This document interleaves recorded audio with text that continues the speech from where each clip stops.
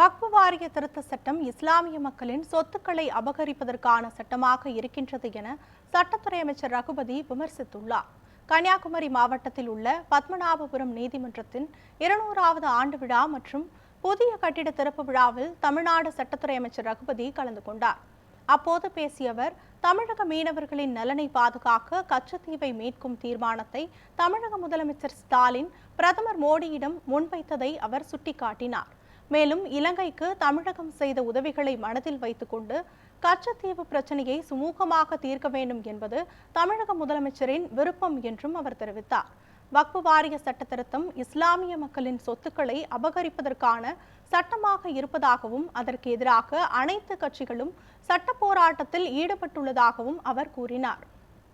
இந்தியாவில் இருக்கக்கூடிய பல்வேறு இஸ்லாமிய அமைப்புகளும் அந்த சட்ட போராட்டத்தில் ஈடுபட இருக்கின்றன. அதன் முடிவு எப்படி இருக்கும் என்பதை நாம் நீதித்துறையை நாம் தலையிட முடியாது, தலையிட அதிகாரம் கிடையாது.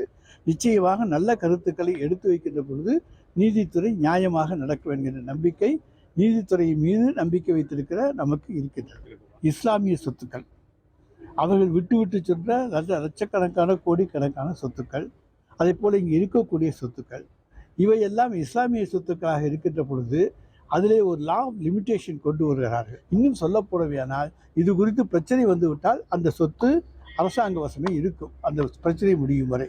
அப்படி என்று சொன்னால் இஸ்லாமிய சொத்துக்களை அபகரிப்பதற்காக கொண்டு வரப்பட்ட சட்டம்தான் வக்ஃப் வாரிய திருத்த சட்ட மசோதா என்பது எல்லோருக்குமே புரியும்.